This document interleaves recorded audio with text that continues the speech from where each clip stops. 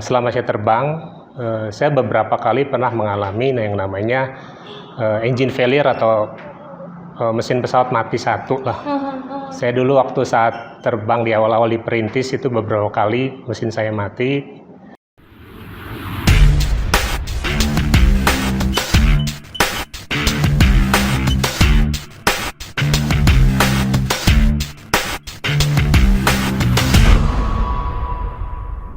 Get happy, get healthy, get well. Halo Get Wellers, dimanapun Anda berada, bagaimana kabarnya? Semoga tetap selalu sehat dan bersemangat, dan semoga produktivitas kerja Anda tetap selalu terjaga ya. Senang sekali rasanya saya Ina Rosaldi dapat kembali menjumpai Anda, pastinya hanya dalam podcast Wellness and Work. Nah, Get Wellers berbicara mengenai produktivitas kerja yang harus kita jaga, pastinya itu erat kaitannya dengan pola hidup sehat. Meskipun usia tidak lagi tergolong muda, tapi bagaimana caranya agar kita tetap terus berkarya. Nah, contohnya seperti narasumber kita yang sebelah saya ini, beliau bisa dikatakan sudah lebih dari 30 tahun di dunia penerbangan dengan mengendarai pesawat terbang. Beliau ini seorang pilot, namun tetap terjaga produktivitas dan juga caranya untuk mengolah gaya hidup sehat sehari-hari. Siapakah beliau? Langsung saja yuk kita perkenalkan, ini dia Kapten Pilot Teguh Kristiono. Halo Cap, bagaimana kabar Anda Cap? Alhamdulillah baik Mbak Rosalin. Sehat? Alhamdulillah selalu. Alhamdulillah. Nah Cap, ini kita berbicara mengenai pola hidup sehat dan juga erat kaitannya dengan produktivitas kerja Kapten sebagai seorang pilot yang sudah lebih dari 30 tahun. Ini sangat luar biasa sekali ya. Nah, boleh dong sedikit-sedikit kita ngobrol-ngobrol. Kapten saat ini kesibukannya apa saja Cap? Masih mengendarai pesawat? Saat ini masih alhamdulillah diberikan kepercayaan dan kesehatan untuk mengendarai pesawat komersial. Saya membawa sekitar paling banyak sekitar 180 orang, di mana terdapat nyawa yang banyak. Pastinya. Terus keluarga yang menunggu di rumah. Kemudian kita bawa kargo juga untuk barang teman-teman yang suka Shopee atau gitu. Just tip gitu dan sebagainya. Oke, Cap, selama dalam sebulan itu kurang lebih ada berapa, sudah mengantongi berapa jam terbang? Kalau tiap bulan rata-rata idealnya adalah 85. Saat ini cukup enak lah, cukup santai sekitar 65-70 jam. Dan selama 30 tahun lebih saya sudah mengantongi kurang lebih 14.000 jam terbang. 14.000 jam terbang. Nah, ini sangat luar biasa sekali karena Kapten Teguh ini sebelumnya juga pernah menjabat sebagai Senior Vice President di salah satu maskapai penerbangan, betul ya? Betul. Wow. Nah, ini melihat kinerja Kapten selama ini bisa dikatakan seorang senior di dunia penerbangan gitu ya, Cap ya. Bisa diceritakan nggak sebenarnya apa saja sih yang harus kita jaga untuk menjadi seorang pilot?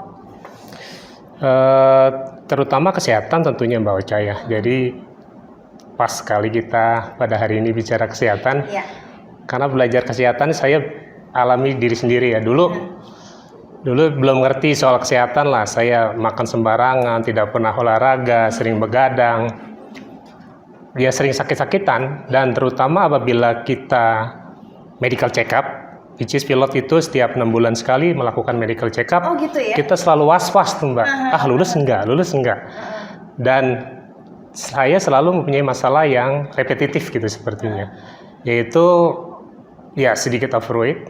Dulu saya 85. Oh gitu? Iya. Terus kemudian triglycerid saya selalu tinggi. Dan itu kan selalu kita dalam tanda kutip ngakalin ya, dengan obat-obatan dan sebagainya hanya untuk bisa lulus. Tapi berjalannya waktu saya nggak bisa kayak gini terus. Karena di samping kita melakukan pengobatan yaitu kuratif, itu saya punya alergi juga apabila minum obat anti triglycerid namanya. Dulu triglycerid saya kalau medical check up selalu tinggi, bisa sampai 300 dan sebagainya. Dan itu kalau dikasih obat saya alergi Mbak, saya korengan di mulut dan sebagainya. Sehingga saya berpikir mencari cara bagaimana caranya saya tidak tergantung sama obat dan sehat. Belajar dari situ saya mencari bagaimana sih sehat tanpa obat gitu ya. Akhirnya saya menemukan bahwa sedikit mengurangi konsumsi karbohidrat yang berlebih itu akan membantu kita lebih sehat. Dan alhamdulillah setelah saya menjalankan diet semacam itu, berat badan saya turun dari 85 menjadi 70 kira-kira kurang dari 2 bulan. Terus kemudian saya tidak punya masalah lagi dengan trigliserid yang tinggi. Jadi semuanya normal gitu ya pada saat Normal, medical check up ya? alhamdulillah. Cuman ya sedikit kolesterol lebih tinggi. Cuman nanti bisa dijelaskan bahwa ternyata bukan kolesterol yang kita takutkan, tapi karbohidrat yang end up-nya menjadi glukos, yang dimana kalau kita kelebihan itu akan menjadi lemak, Mbak. Di samping tentunya gula darah yang tinggi, yang tentu yang itu ialah yang harus kita waspadai atau kita hindari sebenarnya. Oke, baik. Berarti Kapten tuh melakukan istilah pola hidup sehat gitu ya untuk menjaga segala sesuatunya menjadi lebih normal. Itu lebih tepatnya pada usia berapa? Mulai 2017 ya, kira-kira 7 tahun yang lalu.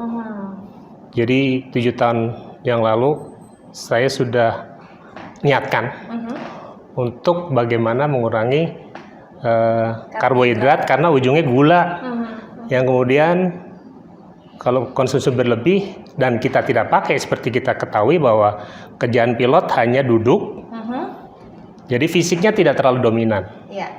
Hanya pikiran yang dominan, karena kita harus menentukan setiap tindakan kita, setiap langkah kita, bahkan detik, karena kecepatan pesawat kan sangat tinggi. Jadi keputusan kita itu hitungannya detik. Detik. Jadi mulai 7 tahun yang lalu, Mbak.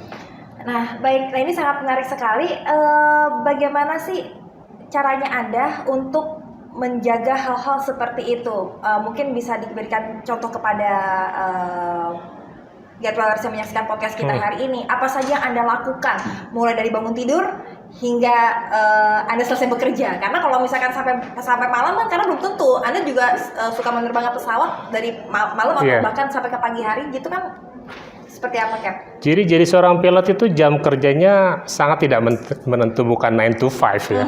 Kita bisa bekerja pagi hari sampai siang itu paling enak. Kemudian dari siang sampai sore, bahkan kita sampai dini hari. Dan apa yang terjadi kalau kita bekerja pada dini hari yang seharusnya kita istirahat? Itu membutuhkan fisik yang prima. Jadi kembali ke pertanyaan Mbak Ocha tadi, apa yang saya lakukan dari bangun tidur sampai tidur lagi ya? Jadi yang pertama tentu setelah bangun tidur kita relaksasi lah, kita meditasi, kemudian terus, nah ini teman-teman perlu ingat bahwa saya tidak pernah sarapan. Intermittent fasting saya jalankan karena tubuh kita ternyata sangat pintar. Jadi kalau saat kita bangun tidur dia menaikkan kadar glukos kita. Jadi dia tubuh kita mempersiapkan kita untuk bergerak, untuk bekerja, untuk berpikir dan sebagainya.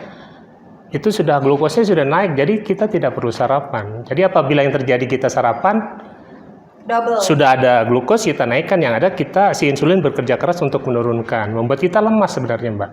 Oh gitu. Terus kemudian tentunya olahraga lah. Kemudian olahraga. Setiap hari itu olahraganya? Iya, apapun kita bisa melakukan olahraga, bisa apapun lah, bisa di kamar juga bisa. Jadi tidak ada excuse untuk tidak berolahraga. Kemudian saya juga menyempatkan diri kalau misalnya di hotel, itu saya sebisa mungkin nge-gym. Kalau nggak nge-gym, kalau tidak ada peralatan di gym, saya jalan atau lari lah. Kemudian mulai makan saya paling awal jam 12. Kadang sih sayang kalau kita living hotel sebelum jam 12, saya sempatkan sarapan pagi lah.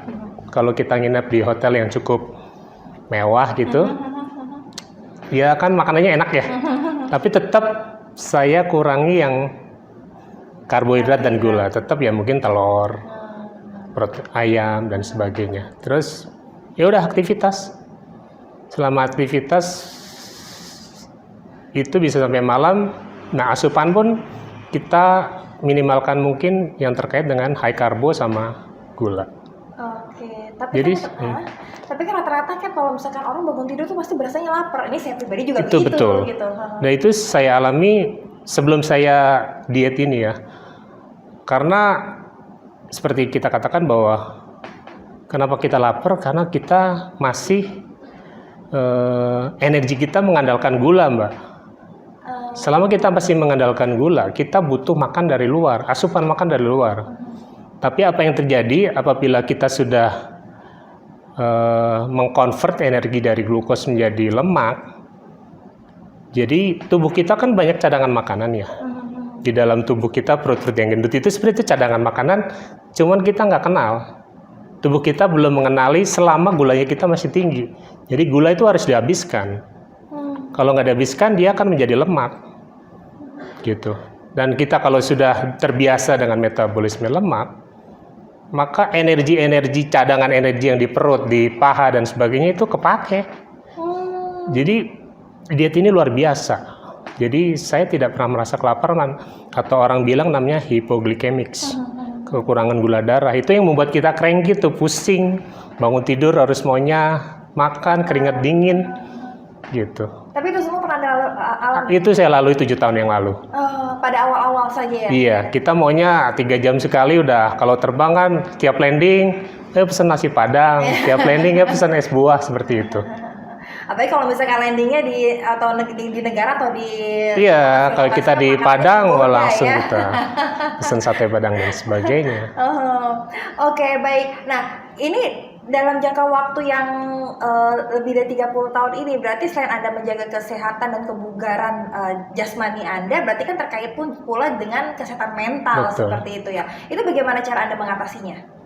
Kan nggak mungkin dong menjadi seorang kapten itu segala sesuatunya tuh pikirannya mulus, tidak ada Iya, stress, pasti ada masalah gitu, keluarga, sama teman, sama kerjaan dan sebagainya.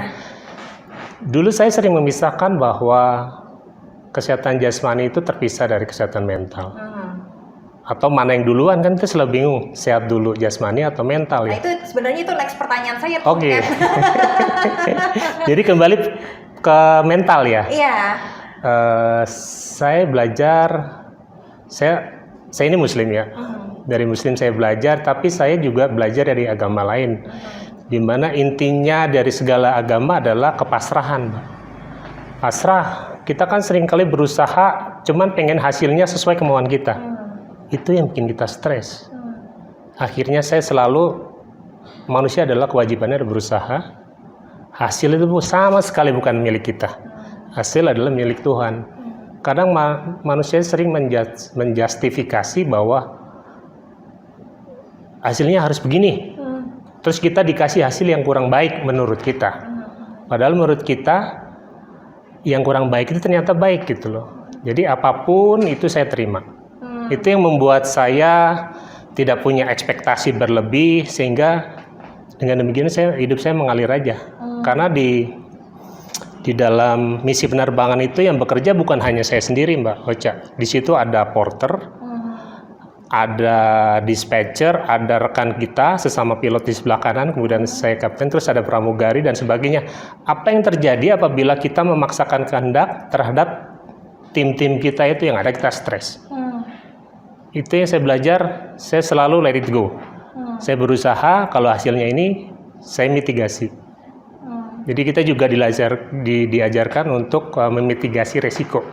Bahwa di penerbangan mulai dari pesawat mundur sampai berhenti kembali itu semuanya adalah resiko. Itu harus kita bisa mitigasi. Ya tadi kuncinya adalah berusaha, hasilnya kita lepaskan. Itu membuat kita rilis. Saya merasa bahwa jasmani dulu yang harus dikuatkan. Contohnya apa sih? Seperti kalau kita misalnya obesitas atau terlalu gemuk gitu kan bawaannya capek ya. Dikit-dikit udah terengah-engah. Ya itu kan ke bawah, kita moodnya jadi lebih mudah marah ya. Tapi apabila tubuh kita efisien dalam arti langsing, kita mau bergerak kemanapun tidak merasa lelah. Jadi buat saya ya, memprioritaskan fisik dulu dibangun dengan baik. Mental tentunya kita dengan beragama, dengan tadi saya ucapkan bahwa semua adalah milik Tuhan, kita berusaha, hasil adalah dari Tuhan. Apapun itu kita harus terima.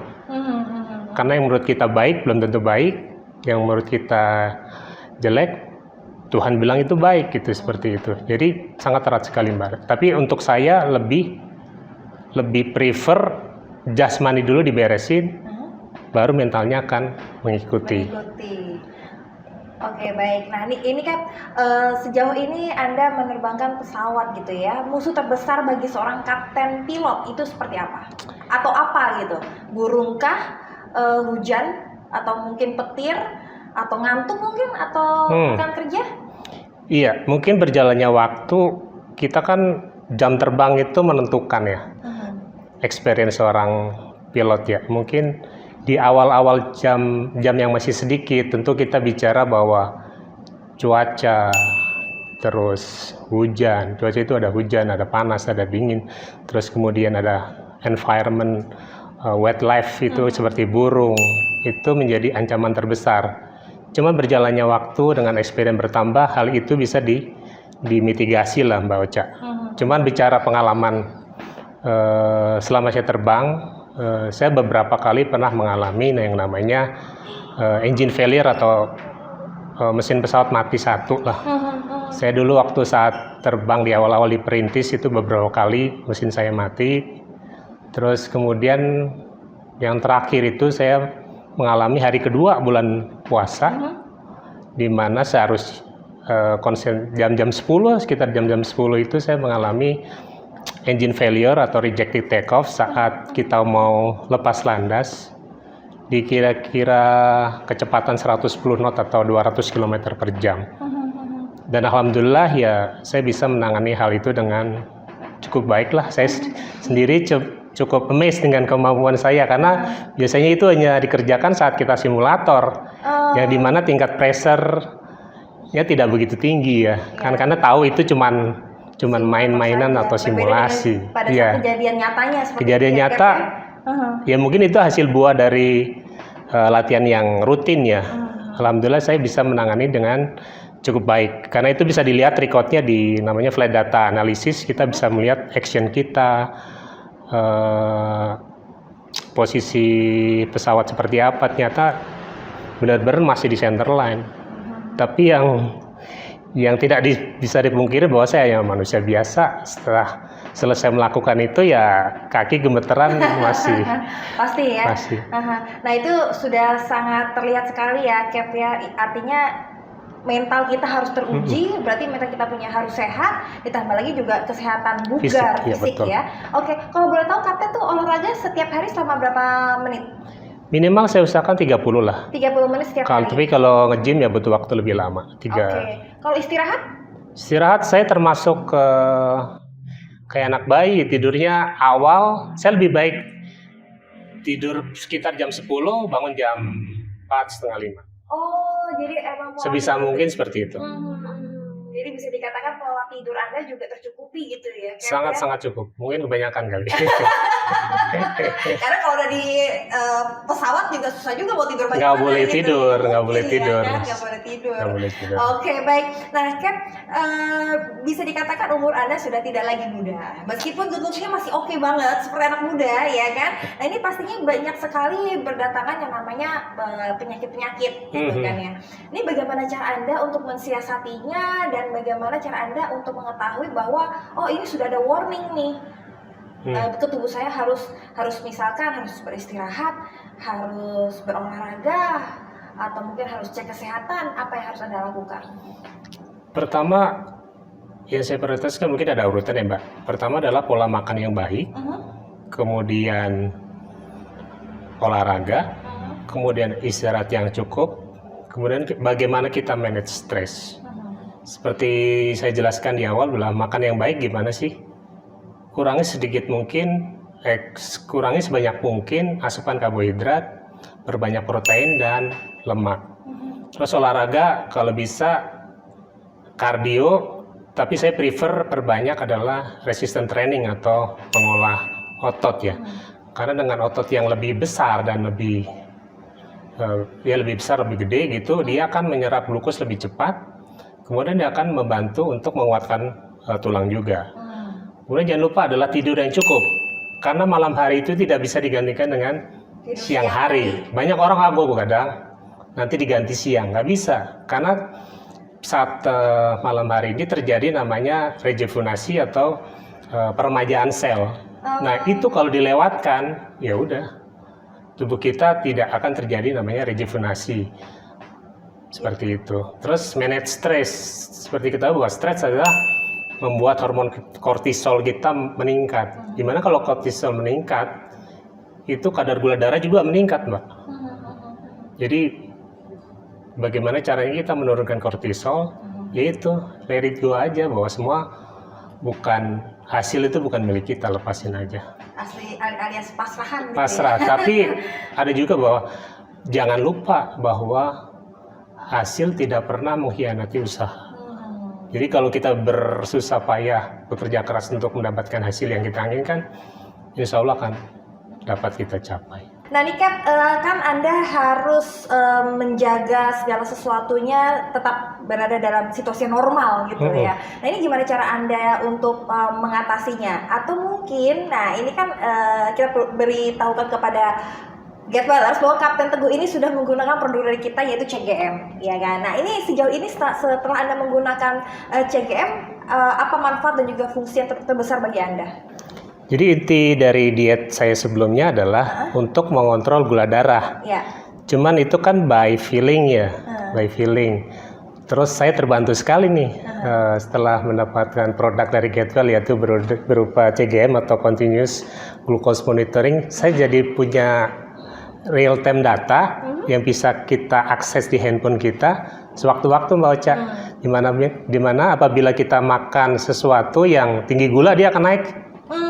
Terus kemudian apabila kita tidak makan yang karbohidrat tinggi atau kompleks, dia akan turun seperti itu. Jadi alat ini sangat-sangat membantu untuk saya monitoring gula darah tubuh saya atau terhadap makanan tertentu lah. Kadang-kadang metabolisme seseorang kan beda-beda ya. Mestinya Mbak Ocha makan nasi padang, glukosnya langsung spike, atau kalau saya tidak begitu tinggi ya, seperti itu. Jadi sangat-sangat membantu untuk bisa memonitor kadar gula dalam darah saya, dan itu terlihat langsung di handphone saya.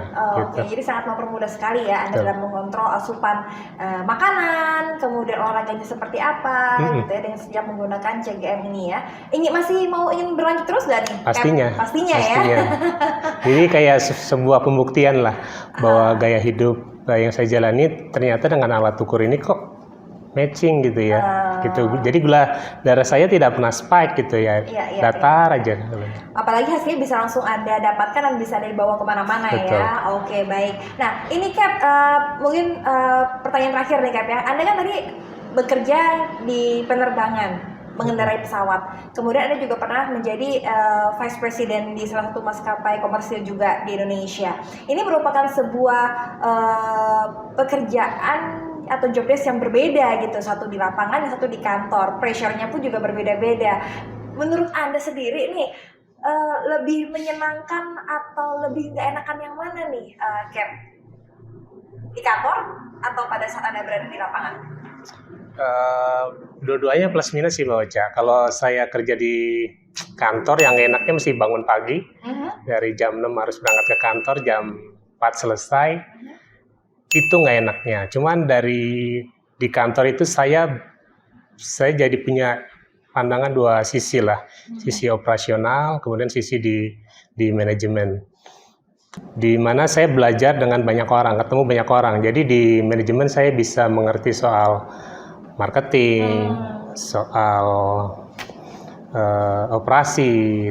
Kebetulan di kantor sendiri saya menangani safety, dan ini enak juga nggak enak karena saya harus 24 jam memastikan bahwa keselamatan operasional kita itu terjaga dengan baik.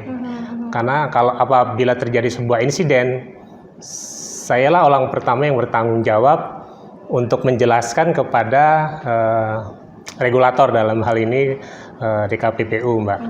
Itu plus minusnya lah.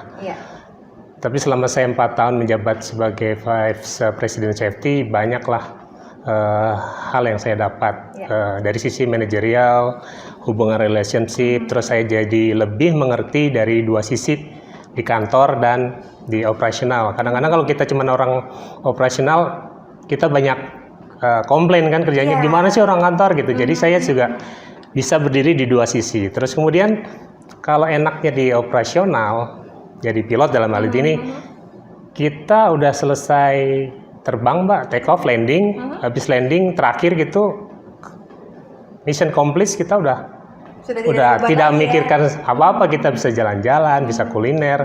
Cuman kalau di kantor itu selesai pulang kantor kerjaan masih numpuk. Apalagi setelah hari Minggu malam gitu, aduh Senin kita mesti bikin presentasi, kita mesti banyak lagi hal yang harus kita kerjakan. Jadi kalau mau dipilih, saya sih lebih senang di operasional, ya. Karena kerjanya habis landing selesai, gitu Mbak. Oke, berarti tapi kan ini ya masing-masing mendapat pengalaman yang sangat Betul. berharga sekali ya Cap ya. Dan itu saya beruntung bisa mendapat 2 kesempatan yang berbeda. Berbeda ya. Oke baik. Oke Cap, ini terakhir Cap, boleh Anda kasih tips atau masukan kepada Getwellers yang menyaksikan podcast kita hari ini mengenai pola hidup sehat dan selama ini Kapten aplikasikan di dalam kehidupan nyata dan sudah bisa terlihat buktinya, bahkan sudah ada di aplikasi juga nih gitu. Silakan Cap. Pertama adalah dari pola makan kita atau diet kita. Teman-teman cobalah kurangi untuk sedikit mungkin mengkonsumsi hal-hal yang makanan yang gula tinggi atau processed food. Terus perbanyak makan protein dan lemak. Jangan takut makan lemak karena makan lemak itu tidak akan menjadi lemak. Sebaliknya makan karbo yang tidak kita pakai karena kita bukan pekerja keras yang contohnya petani atau kuli bangunan yang karbohidrat itu habis. Terus yang kedua dari pola makan yang baik, yang kedua adalah olahraga tentunya. Karena dengan olahraga kelebihan-kelebihan misalnya teman-teman masih makan karbo yang banyak itu akan dipakai. Kemudian adalah istirahat. Ingat bahwa tidur malam itu tidak bisa digantikan oleh tidur siang. Jadi sebisa mungkin tidur ya malam hari gitu. Terus kemudian adalah pasrah tadi. Karena agama kita mengajarkan untuk kita berusaha wajib. Setelah itu hasilnya adalah bukan milik kita. Gitu Moca. Itu tiga dari tips dari saya. Wow, sangat luar biasa sekali tips dari Kapten Teguh. Kami ucapkan terima kasih atas waktu Anda. Ini merupakan sebuah masukan dan juga informasi yang sangat berharga sekali buat saya dan juga Getwellers yang ada di rumah untuk tetap menjaga pola hidup sehat. Semoga Kapten Teguh pun juga tetap terus sehat dan tetap terus produktif sampai berapapun Anda usianya ya. Terima kasih Mbak Ocha, senang bisa hadir di sini. Mungkin satu tip lagi buat Getwellers semua bahwa menjadi tua itu adalah sebuah keniscayaan. Tapi untuk menjadi sehat itu adalah pilihan. Jadi percuma umur kita panjang tapi nyusahin orang. Tapi yang paling hebat adalah umur panjang tapi mandiri, sehat selalu. Seperti itu Mbak Ocha. Amin, luar biasa sekali. Oke baik Kapten, terima kasih atas waktu Anda ya. Kita harus berakhir di sini. Kami ucapkan juga terima kasih untuk teman-teman semuanya dan jangan lupa untuk tetap terus menyaksikan podcast Wellness Unwrapped di episode-episode selanjutnya, pastinya dengan tema-tema yang tak kalah menarik. Saya Ina Rosalin dan juga Kapten Teguh pamit undur diri. Kita jumpa lagi di episode selanjutnya. Tetap sehat, tetap muda, sehat itu baik.